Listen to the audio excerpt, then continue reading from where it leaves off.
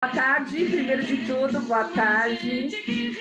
E hoje eu quero falar um pouquinho, antes de qualquer coisa, falar um pouquinho sobre mim, né? Sobre um pouquinho do que eu tenho, do que eu cheguei aqui. Mas de qualquer forma, quero agradecer o convite mais uma vez. Agradecer a Denise, agradecer a Vanessa, a Thaís. Obrigada por esse suporte. Obrigada aos pais pela oportunidade de estar falando sobre esse assunto. Na Semana Mundial do Transtorno Alimentar, dia 2. E acho que é um assunto importante que vem crescendo ao longo do período. E agora eu deixei essa música assim de começo para a gente entender que é a representação, Maria Maria, é a representação de todas as mulheres que lutam, que sofrem por esse transtorno. Então, acho que foi uma música bem escolhida nesse sentido, de conseguir trazer esse calor da mulher sofredora, do corpo, da alma, tá? Bom, quero começar com vocês falando sobre o que eu pretendo nessa tarde de hoje. Essa tarde eu quero falar um pouquinho sobre transtorno alimentar, o que é, quais são os fatores que geram transtorno alimentar. Quero ensinar vocês a como ajudar a sinalizar comportamentos, sinais emocionais, que vocês consigam entender que pode ser um sinal e vocês ajudarem. Vou trazer o que vocês podem ajudar, o que vocês não podem falar, para não piorar ou para não desenvolver esse transtorno. Então, vai ter muito conteúdo aqui hoje. Espero que vocês saiam daqui com alguma coisa, e é isso que é a minha pretensão, que vocês saiam com algum conteúdo para ajudar alunos, embora seja maior o índice de meninas, mulheres, mas hoje, atualmente, tem muitos homens também, meninos, com transtorno alimentar. Então, espero poder fazer essa tarde gostosa com vocês. É um tema muito difícil, é um tema dolorido, vocês vão ver ao longo Mas eu vou tornar ele um pouco mais leve, vou tentar tornar um pouco mais leve esse dia, tá bom? E para torná-lo mais leve, eu quero começar com vocês a relaxar um pouquinho, a trazer um bom humor para essa tarde, né? Aproveitar. Não sou professora, mas eu vou tentar aqui trazer um pouquinho de relaxamento, um pouquinho de serotonina, dopamina. Vou trazer um pouquinho dessas substâncias nessa tarde para a gente, tá bom? Então, vamos lá. Tarantela, que eu acho que é uma música que vai nos proporcionar algum tipo de consciência também, tá bom? Então, vamos lá. Quem consegue fazer, vamos fazer. Isso. Vamos trazer um pouquinho, mexendo um pouquinho a cabeça, o ombro. Ajuda, sabe, liberar substâncias importantes aí para o nosso corpo, para as nossas emoções. Jogar as mãos para cima. Vocês gostam dessa música? Aí. Agora eu quero que vocês mexem os ombros, mexem os troncos. Isso.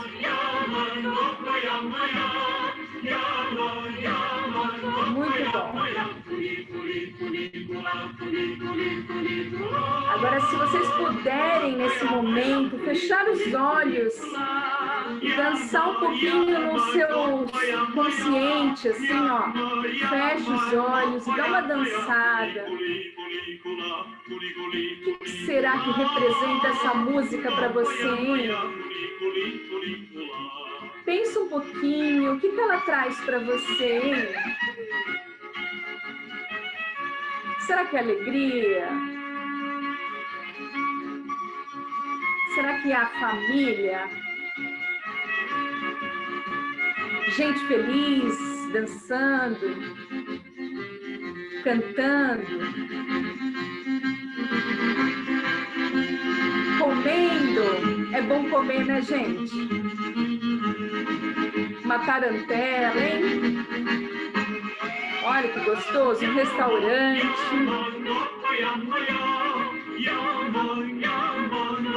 Muito bem. Agora eu quero que vocês abram os olhos. Isso aí. E agora eu quero que vocês abram o chat. Eu vou abrir o chat aqui, vou tentar abrir o chat aqui, porque eu quero que vocês me falem o que vocês pensaram em uma palavra sobre essa música. Macarrão, calor, família, comida, alegria, isso aí. Muito bom.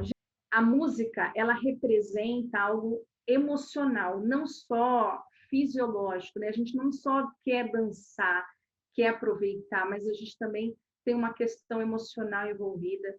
E essa música, na grande maioria das pessoas, vem o emocional forte de família, de comer, é uma representatividade de união, de amor, de calor. O que vocês falaram é o que a maioria das pessoas, quando eu coloco, tem essa sensação de alegria, e isso é bem oposto de quem está vivendo um transtorno alimentar.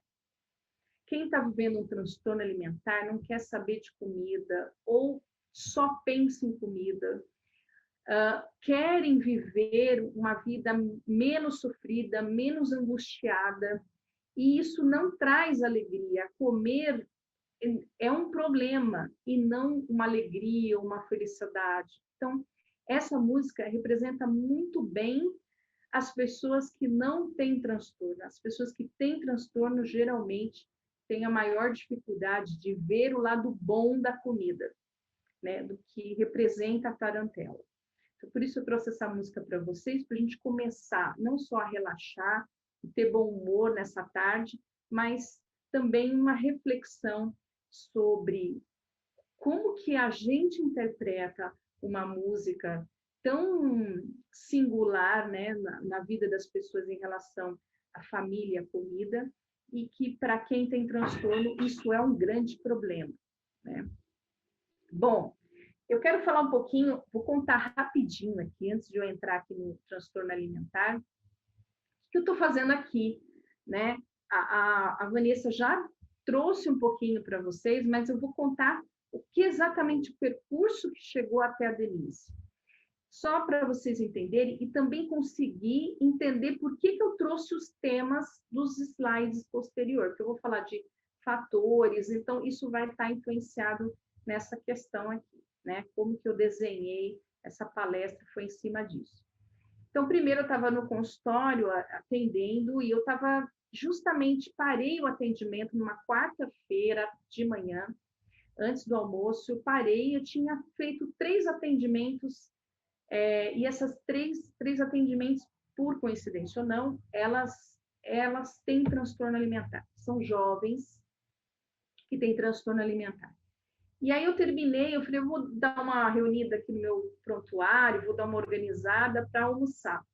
E aí eu me deparei com os 3 prontuários, me chamou a atenção, porque o que mais me chamou a atenção foi que as 3 tinham a mesma questão: transtorno alimentar e balé, né? Então, ali eu percebi uma coisa que eu não tinha percebido há muito tempo atrás, que eu venho tratando de transtorno alimentar, mas não tinha percebido que balé, dança, pudesse ser um provocador, uma piora no transtorno alimentar.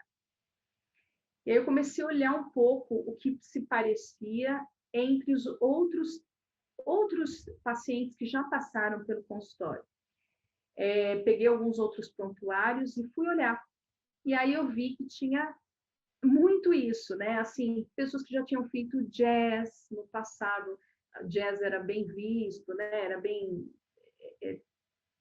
dançado, né? Vamos dizer assim, ginástica olímpica. Então, todos esses fatores levavam as meninas ou a um transtorno ou a piora do transtorno alimentar. E aí, eu me deparei assim, gente, precisa chamar atenção, porque o número está crescendo cada vez mais de transtorno alimentar, e eu vou falar por que ainda hoje, e a gente não se dá conta que talvez existem algumas coisas que se repetem.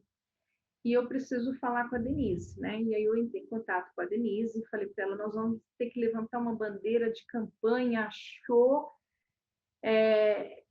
chega de sofrer, chega e vai se amar, né? Vai se amar um pouco. Que uma das coisas que a gente faz no consultório com transtorno alimentar é amor próprio, é descobrir esse amor próprio, né? É se amar mais. Então, eu disse, a gente precisa fazer alguma coisa. Criar um mecanismo das pessoas entenderem e pararem de cultivar um corpo muito perfeito. Porque uma das coisas que vocês devem estar pensando agora é quem é o vilão dessa história, né? Esse vilão, então, Leila, é o balé, é a dança? Não. O vilão não é a dança, não é o balé, e sim é a vivência dessas meninas, dessas crianças. A vivência, eu vou dizer aqui ainda para vocês, vou trazer para vocês, vocês vão entender, mas dentro dessas vivências, desses fatores, é que vai gerando pensamentos e interpretações dessas meninas, dessas crianças, como uma busca incessante de perfeição. Então, esse processo todo de ser perfeita num mundo que parece ideal, torna ainda mais um processo próximo do transtorno alimentar ou desenvolver um transtorno alimentar. Então, o vilão não é a dança, não é o balé, e sim a vivência. Então, foi daí que eu tive esse convite, fiquei muito feliz e percebi que o balé é uma das vivências, né? Não vou dizer fatores, mas uma das vivências que a criança ou o adolescente passa, e que se ele tem já um transtorno por uma série de questões que eu vou falar aqui, pode ser um maior problema na vida desses adolescentes ou dessas crianças, dependendo da vivência que ela vai ter ali, tá? Agora, eu queria dizer para vocês que não deixe a criança, e vocês vão entender até o final dessa live, dessa palestra, falo live, porque eu estou acostumada com a live, não deixar a criança ou adolescente se cuidar, e sim cuidar delas primeiro. O que eu quero dizer com isso? Eu costumo trazer uma analogia para os pais, e eu vou trazer para vocês também, que é a raiz, né? A infância é a raiz de uma árvore. Nós somos uma árvore. Todos nós, um dia, vamos ser pessoas robustas como uma árvore, vamos dar frutos, vamos dar flores, né? E para você viver muitos anos, para você ficar bem, para você ser bonita, né, como uma árvore, você depende do cuidado e da raiz da infância. Então, se você tiver um cuidado desde o brotinho, desde o momento que você semeou, e cuidando com todo carinho, essa raiz vai ser forte. E com certeza vai ser uma árvore impecável. Então, cuidar é importante, nós vamos falar disso o tempo todo aqui, e eu vou começar agora com vocês, que é transtorno alimentar. Bom, o transtorno alimentar nós temos 3 tipos: compulsão, anorexia e bulimia. Compulsão alimentar. Vou dar uma noção para vocês. A compulsão alimentar é todo exagero alimentar que a pessoa tem. Exagero é aumento de quantidade de alimentos, pode ser o mesmo, pode ser variado, que a pessoa consome em curto período de tempo perto de outras pessoas. Então, se a maioria das pessoas não consome aquela quantidade em curto período de tempo, significa que ela tem uma compulsão alimentar, tá? Então, ela come excessivamente uma série de coisas em menos de 2 horas que outras pessoas não comeriam. Isso, consequentemente, ela não percebe. Isso é um ponto importante. Quem tem compulsão, muitas vezes só vai se tocar que comeu demasiadamente em curto período de tempo, depois que está no talo, quando o corpo não está aguentando, ou quando alguém sinaliza. Alguém que está vendo diz, olha, você comeu uma pizza inteira, agora está comendo bolo, agora você está comendo doce. A pessoa olha e aí é que ela se dá por si, que ela está exagerando. É uma compulsão tão cega que a pessoa não percebe e aí sente culpa depois, é óbvio.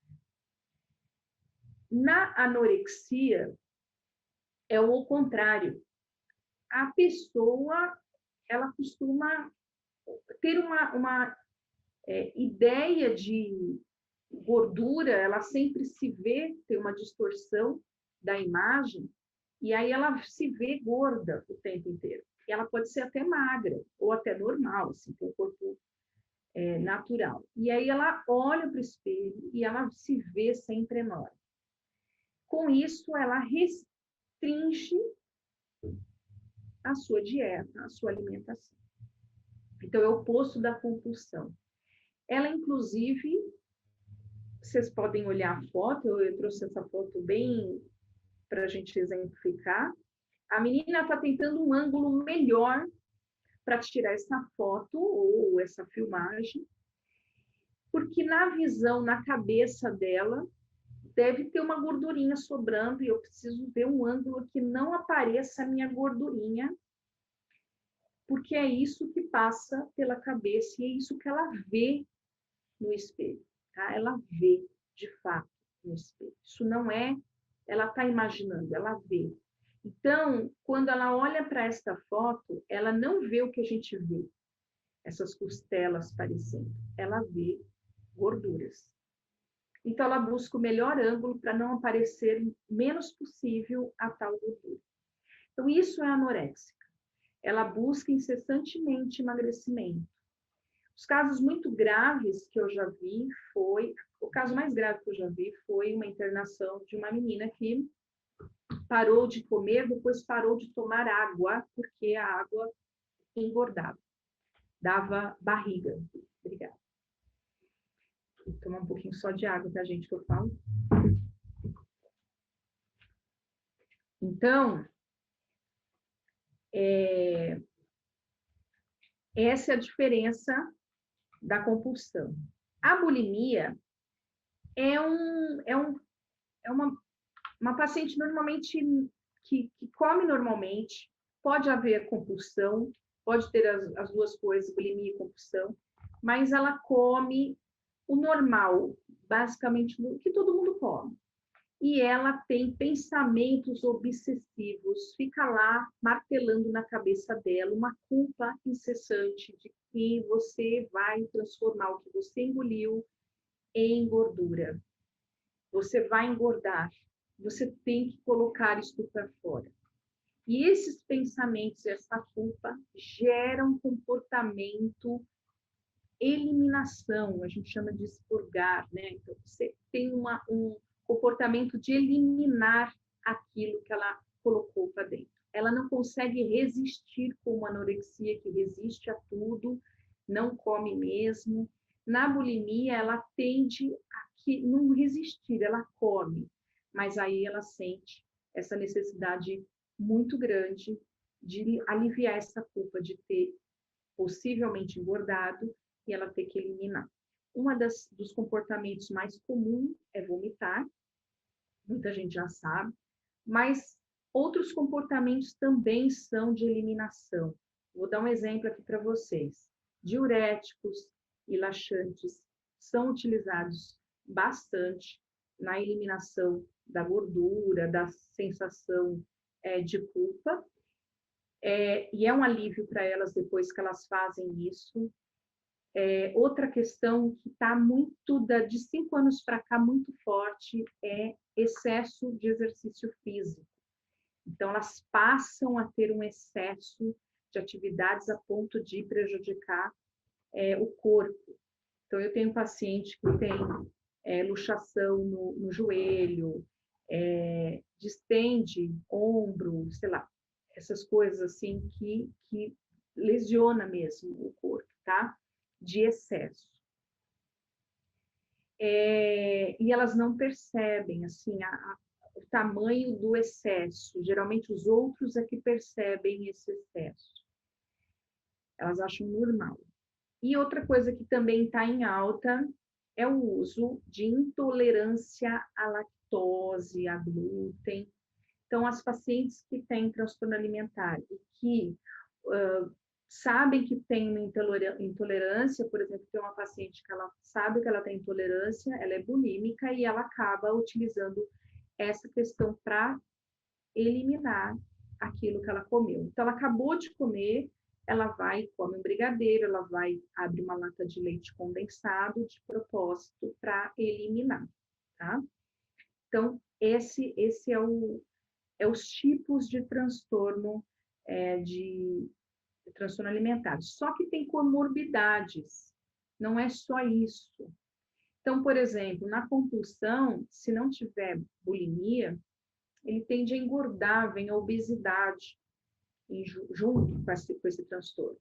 Além disso, se for uma anorexia muito grave, vem desnutrição, né? Então, vai vindo comorbidades posterior, né?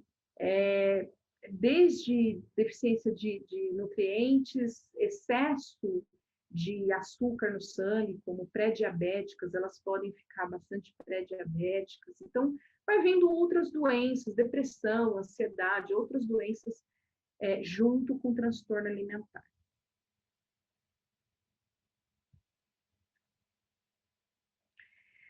Fatores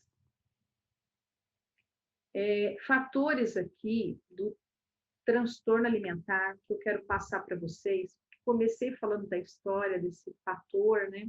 O que gera o transtorno? Tristeza, crítica demasiado das pessoas podem gerar transtorno alimentar, tá? Então, isso é preocupante, porque a maior parte dos adolescentes e das crianças tem uma insatisfação muito grande atualmente. Isso pode trazer consequências no transtorno alimentar. Outra questão é as redes sociais, a internet. Hoje vem crescendo cada vez mais o uso da internet. Com isso, os fatores podem gerar um transtorno alimentar. Por exemplo, muitas blogueiras falam de corpo ideal, de perfeição, de jejum, de alimentos X e Y. Então, isso faz com que eles acabam seguindo e se influenciando, né? E essa influência é que traz a vivência de fatores para desenvolver o transtorno. Algum tipo de angústia, algum tipo de questões emocionais ou até mesmo ansiedade pode desenvolver o transtorno alimentar. Então, isso a gente vê bastante. Bullying. Atualmente, os bullyings estão cada vez mais elaborados e muito mais agressivos, e com isso gera uma necessidade dessa criança sair do foco, e aí pode desenvolver uma anorexia, uma tentativa de manter-se magro, e aí gera um transtorno alimentar. E aí a gente vai falar da genética, dos fatores familiares, né, com a crítica.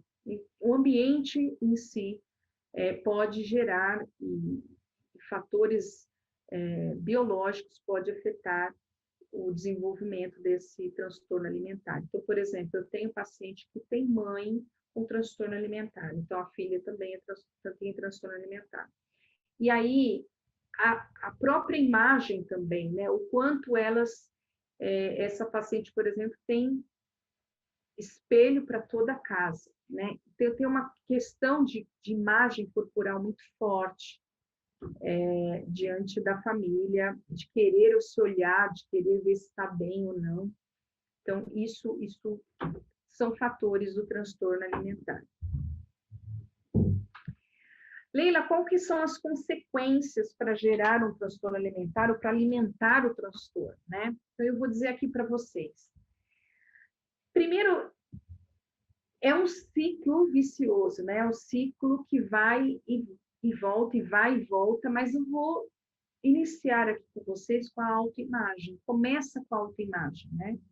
Como eu falei, a vivência da pessoa gera uma preocupação, um pensamento com a própria estética, com a própria imagem. Ela começa a se observar mais o que os outros falam, o que estão falando. Eu tive uma paciente que a avó falava que ela tinha uma coxa grossa. Você tem uma coxa grossa, uma coxa grossa. Ela começou a observar a coxa dela, ela começou a observar que a coxa era bem realmente maior que a das amigas, e aí isso trouxe um desenvolvimento ao longo do tempo, com outras vivências somadas, um transtorno alimentar. Então, a autoimagem inicia ali com a preocupação do corpo. Depois vem a baixa autoestima. Consequentemente, a baixa autoestima vai levar à vergonha. Elas têm muita vergonha do próprio corpo, daquele membro em específico, ou é a barriga, ou é a coxa, ou é alguma coisa que gera nela a sensação de que é vergonhoso, que as pessoas vão falar, vão rir. Então, tem muita vergonha. Aprovação, isso leva à necessidade de ser aprovado, é uma dificuldade de lidar com a reprovação. Eu vou falar aqui da reprovação ainda. Mas essa necessidade de aprovação tem a ver com a perfeição. Será que eu estou perfeita? Se alguém me aprovar, eu vou estar perfeita, né? Então, tem essa necessidade muito grande. Se é reprovado, ocasionalmente leva a um sintomas ansioso, deprimido. Quem vem primeiro depende de paciente para paciente. Tem paciente que deprime primeiro, depois vem ansiedade com consequência. E outros vêm ansiedade primeiro e depois a depressão.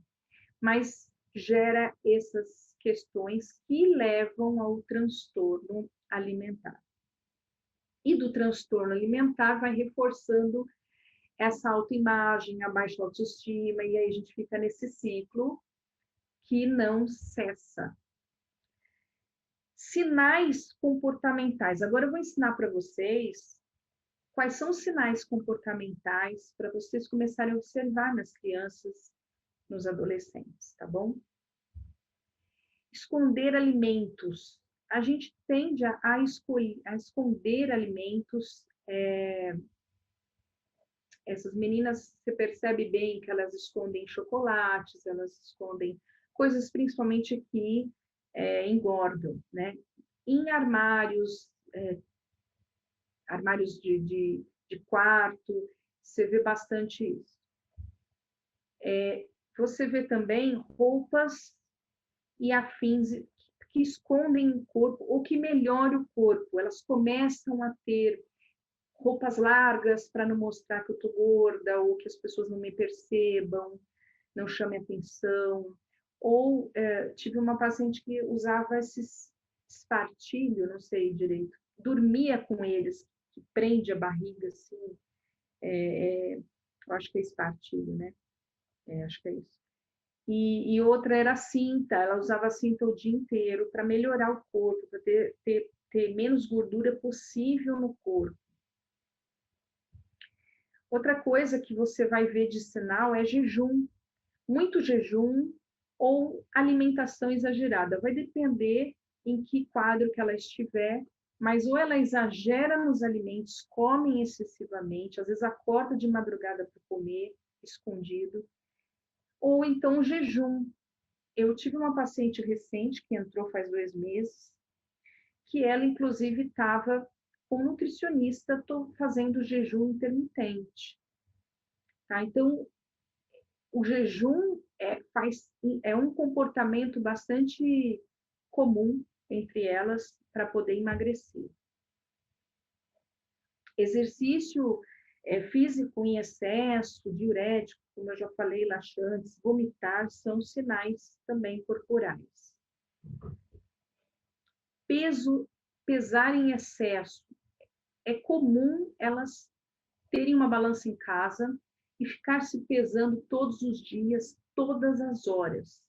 Então, assim, acabou de comer, vai pesar. Acabou de comer, pesa de novo. Acabou de comer, pesa. E assim vai. Isso são, dependendo da pessoa, né? Dependendo da situação, ou é mais ou é menos, mas você vê um excesso de pesar, tá? Comportamento comum. Comer escondido, como eu já falei, né? Elas comem bastante escondido, principalmente quem tem compulsão, elas comem escondido.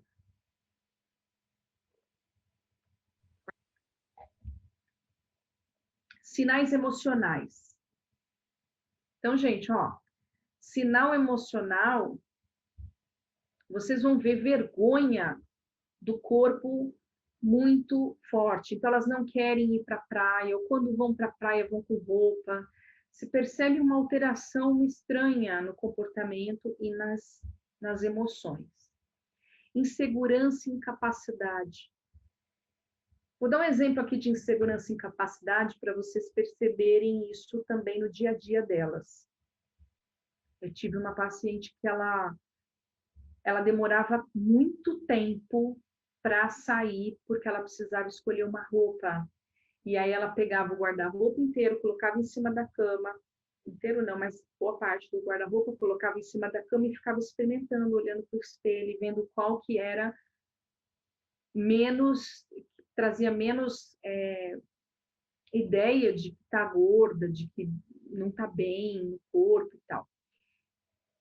Essa insegurança, essa sensação de não sou capaz de definir uma roupa normal é muito grande. Então, você percebe esses comportamentos e essas emoções fortes, tá? Medo da rejeição. Elas ficam preocupadas o tempo inteiro se alguém não vai gostar dela, se não vai gostar, se vai gostar. É bem típico, tanto de amizade quanto de relacionamento. Teve uma paciente que ela tentou ter um relacionamento e quando ela foi conhecer o rapaz, ela tinha no chat, eles conversavam bastante. Quando eles foram se conhecer a primeira vez e ele não apareceu mais, o transtorno ficou muito mais sério, né? Porque ela teve essa sensação de rejeição. Angústia na reprovação. Então, quando a gente reprova, e eu vou falar qual é o comportamento de reprovação, eu vou ensinar vocês aqui, vou mostrar para vocês tipos de reprovações, de punições que a gente faz e não percebe, e que dá angústia, muita angústia para essas pacientes. Culpa nas críticas. Então, todo mundo que fala da bunda, da perna, da barriga, sempre tem uma culpa excessiva sobre isso, ou um fracasso. Então, assim, eu fracassei, eu não consigo, eu não consigo emagrecer, eu não consigo fazer as coisas, eu não consigo ter o ideal, não consigo chegar no peso. Tristeza, sempre acompanhado do transtorno alimentar de tristeza, porque é aquela busca pela perfeição e aí a tristeza fica eminente. Busca ser amada. Então, você percebe a necessidade das pessoas gostarem dela, de ser aprovada, de tempo todo de agradar. Então, tem um pouco isso. E a perfeição, como eu já disse desde o começo, tá? Uma busca incessante por estar tudo certinho. Agora, uma perguntinha. Vamos ver se vocês estão bem aqui. Como que vocês podem ajudar? Vocês vão me colocar... Meu Deus, o chat sumiu de novo. Espera aí. Eu quero que vocês coloquem no chat qual letra é bacana. É um meio de você ajudar a criança ou adolescente. Falar com ela, falar para ela se cuidar é a letra A, que é uma forma de ajudar. Letra B, desafios para conseguir um equilíbrio alimentar. Se for letra C, não permitir constrangimentos. E letra D, ajudar com as refeições. Qual vocês acham que é a letra correta? É isso aí. Não permite constrangimento. É essa forma que a gente vai conseguir ajudar ela, tá? Não é fazendo ela se cuidar, a gente tem que cuidar dessas crianças e adolescentes. Não é trazendo um desafio de equilíbrio alimentar, porque isso vai gerar mais compulsão ou uma preocupação excessiva em cumprir o desafio. E não ajudar nas refeições, porque isso vai trazer mais ansiedade. Então, não permitir constrangimento é a letra correta. Parabéns. Perguntinhas já foi. Agora, como que vocês podem ajudar? Então, eu vou falar agora para vocês. Primeiro, vocês vão pensar em acompanhar as crianças, os adolescentes nos locais, porque eles têm vergonha, né? Tá, eu tenho vergonha de ir no médico, eu tenho vergonha de passar com o psicólogo, eu tenho vergonha de falar com o meu amigo. Você se propõe, olha, eu posso te ajudar, posso ir com você até lá, quer ir para a praia, eu vou com você. Então, a gente tende a se dispor a estar ali com ela, para que ela não seja o centro das atenções se precisar. Não permitir críticas, tá? Que é o que eu falei, o constrangimento, a vergonha, não permitam isso. Quem é professor, não permita que a coleguinha critique a barriga, a perna. Não permite os pais que avós, familiares falam do corpo do filho, da filha. Então, isso é importantíssimo, porque isso vai fazer a diferença, né? Nesse nesse disparate do transtorno alimentar. Dê abertura para a gente conversar sobre transtorno alimentar, sobre os sentimentos dela de vergonha, de fracasso, de insegurança, enfim, de perfeição. Vamos falar sobre tudo que envolve as dificuldades dela nesse processo todo. A gente vai conversar e dialogar e não criticar, tá? Dê motivos para ela não ter comportamentos, aqueles comportamentos sinais que eu passei para vocês, dê motivos, não é crítica, não é cobrança, não é punição, não é reprovação, que eu vou falar aqui ainda para vocês, mas é dar motivo assim, ó, vou dar um exemplo. Sobre pesar excessivamente. Então, você pode dizer assim para ela, olha, você percebe que você está pesando mais vezes no dia ou todos os dias? Ah, ela vai ficar toda envergonhada e você vai dizer, não, sabe o que é? É que o nutricionista, quando você vai, ele não pesa e não pede para você pesar todos os dias.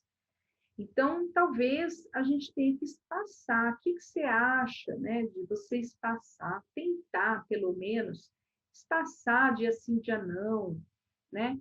Tentar buscar um meio de você não ficar preocupada com isso, que talvez gere ansiedade toda vez que você pesa. Você não acha?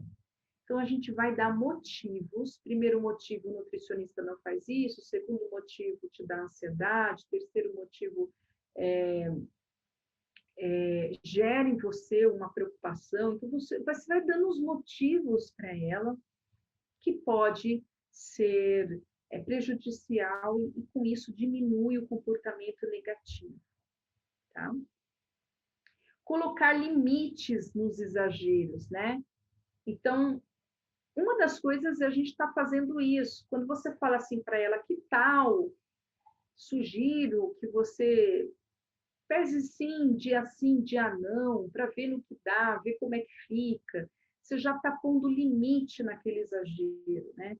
De uma forma tranquila, sem punir, sem agredir, sem reprovar, tá? Então, a gente pode colocar esses limites imperceptíveis, sem ela perceber.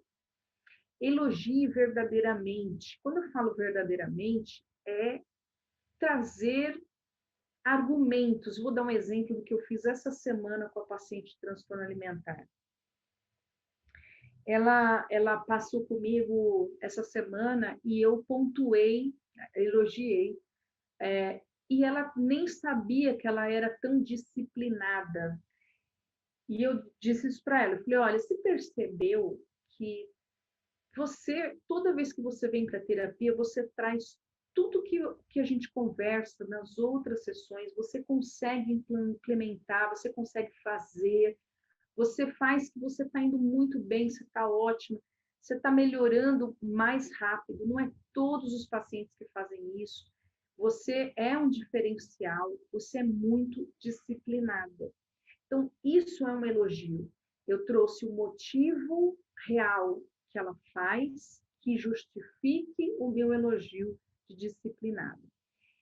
Ela ficou toda cheia, o ombro dela até levantou assim, ó, de, de, de nossa, eu sou isso. Ela nem tinha percebido o quanto ela era disciplinada. Para vocês verem como o transtorno alimentar, ele também leva um quadro de depreciação, de não percepção do que a pessoa é, da falta de autoconhecimento, e aí ela começa a perceber nesses elogios verdadeiramente. A gente elogiar por elogiar não dá certo. Tipo assim, você emagreceu, você está ótima. Aliás, falar de emagrecimento com eles não resolve. Aliás, eles não acreditam. Falar assim, então você está linda, você está magra, ela dá um sorrisinho para você, mas ela não acredita, porque ela vê que isso não é verdade. Ela olha, ela tem uma distorção da imagem, ela olha e fala, não, eu não estou assim do jeito que ela está falando. Então, elogie de uma forma que você pontue por que você está elogiando e ela vai passar a acreditar no que você fala. E, por último, não olhe de cima para baixo. Sabe aquela coisa assim que você faz assim com a pessoa? Isso é muito comum, principalmente em academias, em lugares que cultivam a imagem corporal. As pessoas não percebem, mas elas fazem, parece uma mania. Elas fazem isso, ela olha de cima e embaixo da pessoa. Quando você faz isso com uma pessoa que tem transtorno alimentar, na hora vem vergonha, na hora vem a sensação de que eu tô gorda, ela percebeu que eu engordei, ou ela percebeu que eu tô enorme. É a reprovação pura. Você não abriu a boca, você só olhou, mas o seu olhar já deixou essa mensagem para ela de reprovação. Então, uma forma de a gente ajudar, sempre olhe no olho da pessoa, tá bom? Por mais que você queira ter uma curiosidadezinha, olhe sempre no olho dela.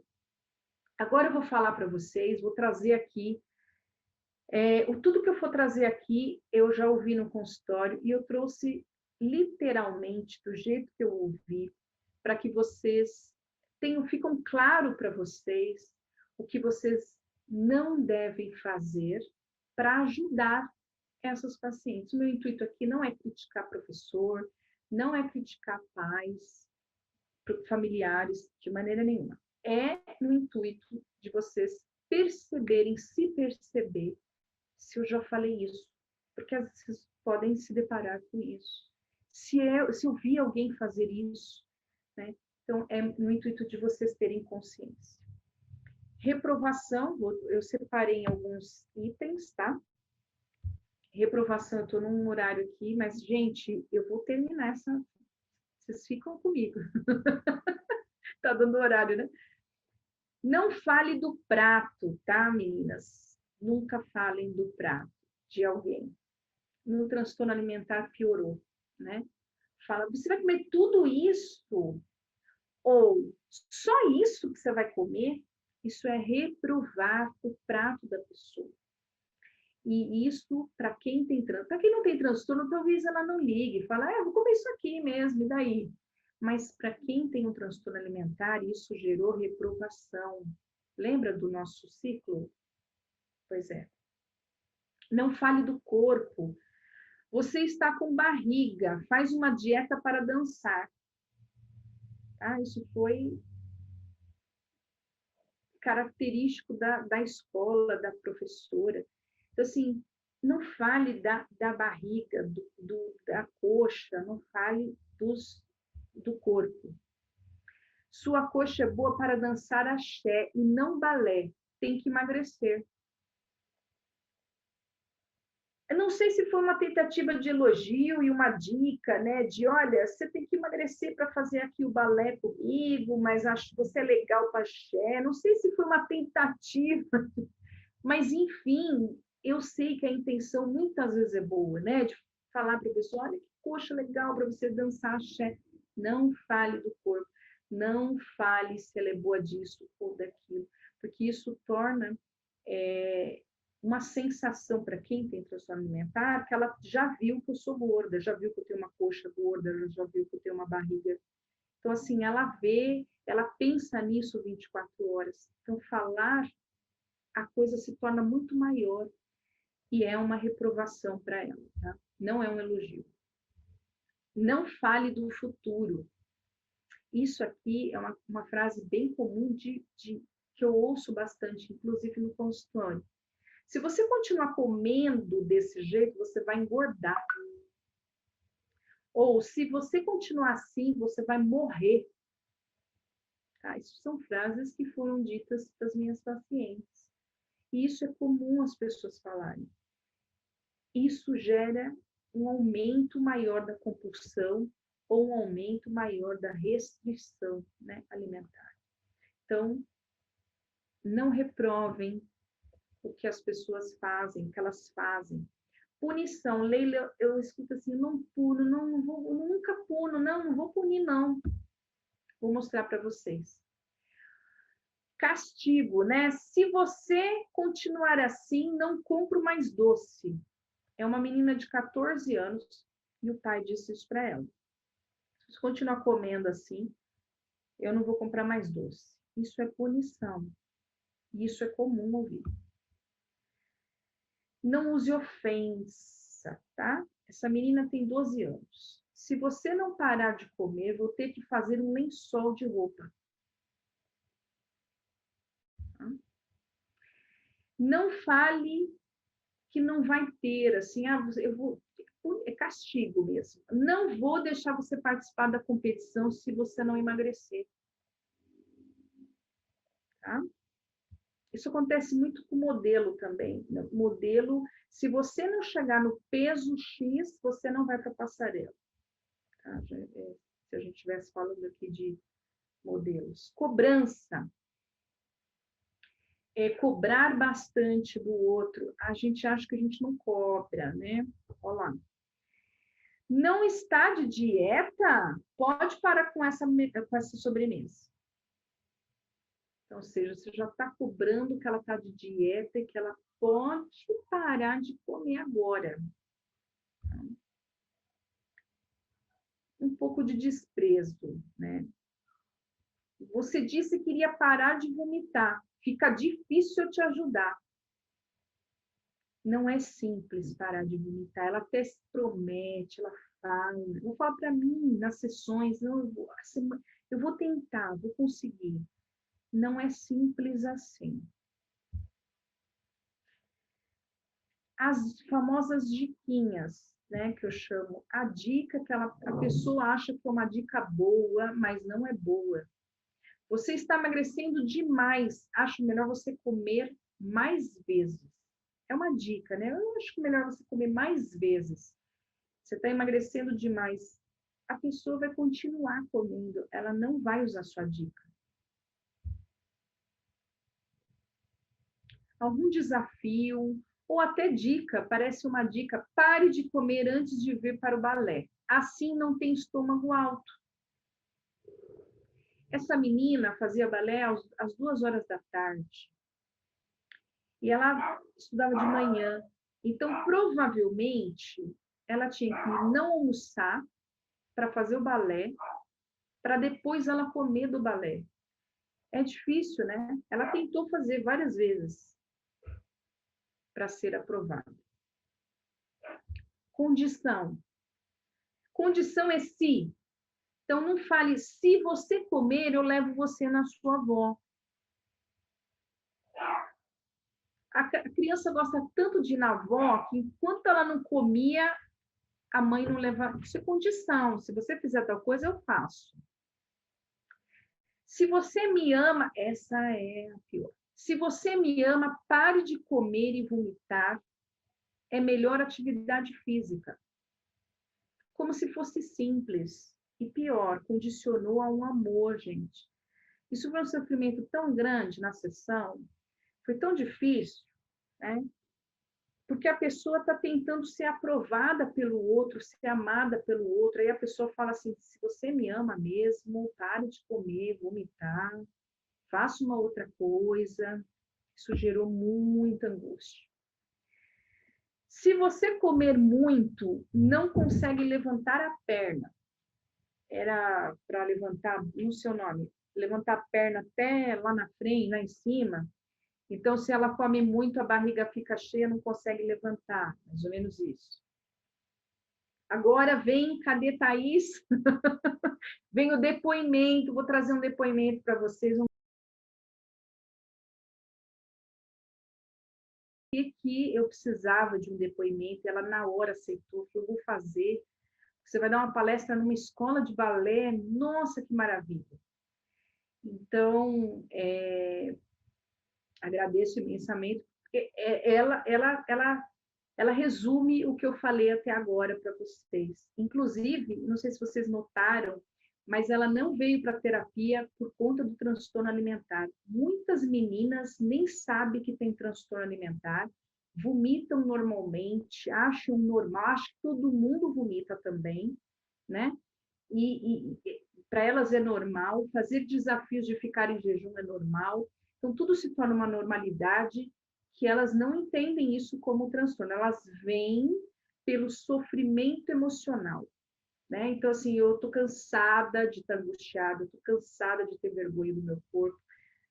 Então, elas vêm por um outro, o viés mais sofrido emocionalmente, um cansaço, um desgaste de anos, e aí elas descobrem que isso chama-se transtorno alimentar, tá? Aí, eu queria, a gente vai finalizar aqui a gente vai finalizar aqui essa palestra, que eu queria trazer a ideia do terapia, né, da terapia, porque as pessoas falam terapia, eu vou mandar minha filha ou meu filho para terapia, ele não é louco, né? As pessoas ainda, infelizmente, têm essa visão de que terapia é para as pessoas doentes, mentalmente fora de si, fora da realidade, e não é isso. Terapia é muito menos que isso, e é um autoconhecimento, é uma tentativa de mudança para melhor, uma evolução e até para trabalhar coisas de sofrimento emocional. Só que não é essa visão que as pessoas têm, né, sobre a terapia. As pessoas sempre vê o lado negativo. Então, eu não vou levar o meu filho a uma terapia porque ele não é louco. E a professora, ela provavelmente vai ter dificuldade de falar como é que eu vou falar para a mãe ou para o pai que essa criança precisa ir para um terapeuta. Eu não vou fazer isso porque eu tenho medo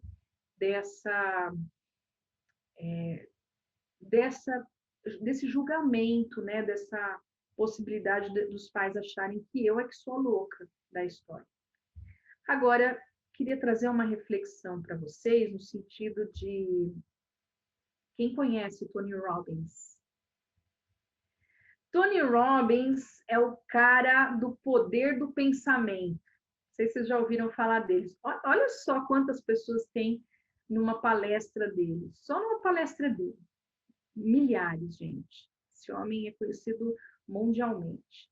Quem não gostaria, né, de ter uma palestra com Tony Robbins, de ter ele é coaching, né? Quem não gostaria de ir para um coaching? Coaching é super bacana, é super legal. Todo mundo acha, pelo menos já ouviu falar e acha interessante coaching, né? É bonito falar que você vai no coaching. Né? Quem já ouviu falar em neurolinguística? Neurolinguística parece interessante, as pessoas até lêem sobre isso, acham muito legal. Olha, tem gente que fala assim para mim, nossa, pacientes que falam assim, nossa, parece neurolinguística, porque já leu alguma coisa sobre neurolinguística e acha que eu trouxe alguma coisa da neurolinguística, mas eu quero dizer para vocês que é o contrário. Tony Robbins, neurolinguística, coaching, tudo é baseado na psicologia, você sabia? Então, assim, é bonito falar que você vai no coach, é legal você dizer que você vai atravessar, vai lá para os Estados Unidos para uma palestra do Tony Robbins, é legal você dizer, olha, a minha terapeuta usa neurolinguística. Não, não uso neurolinguística, eu uso a psicologia, que a neurolinguística usa a base da psicologia, né? Então, gente, a questão está, como de volta falando, sobre as nossas influências da nossa vivência. Hoje, a vida é muito mais legal falar que eu vou no coach do que eu falar que eu vou no terapeuta, que eu vou no psicólogo. Então, essa vivência, essa influência leva você a evitar o que de fato te traria a solução do seu problema, né? A diminuição do seu sofrimento ou da sua criança. Então, eu quero trazer essa reflexão aqui no final nosso e entender que a gente precisa fazer alguma coisa para essas crianças, a gente tem que fazer alguma coisa, cuidar, lembra do cuidar delas. É nesse momento que você entra para tirar o sofrimento delas, para trazer maior qualidade de vida e não piorar o transtorno alimentar. Então, o que você vai fazer? Não deixe acontecer isso. Avaliação psicológica, terapia nessas pessoas, ao menos avalie, pelo menos avalie se essa criança tem os sinais, adolescente tem esses sinais que eu trouxe para vocês hoje, faça uma avaliação, que isso vai ajudar bastante para elas sofrerem menos, não ficar anos sofrendo por isso. Então, seja melhor no que vocês fazem, seja mãe, seja professora, tá? Procurem ajuda de verdade e vocês não estão sozinhos. Muito obrigada, viu?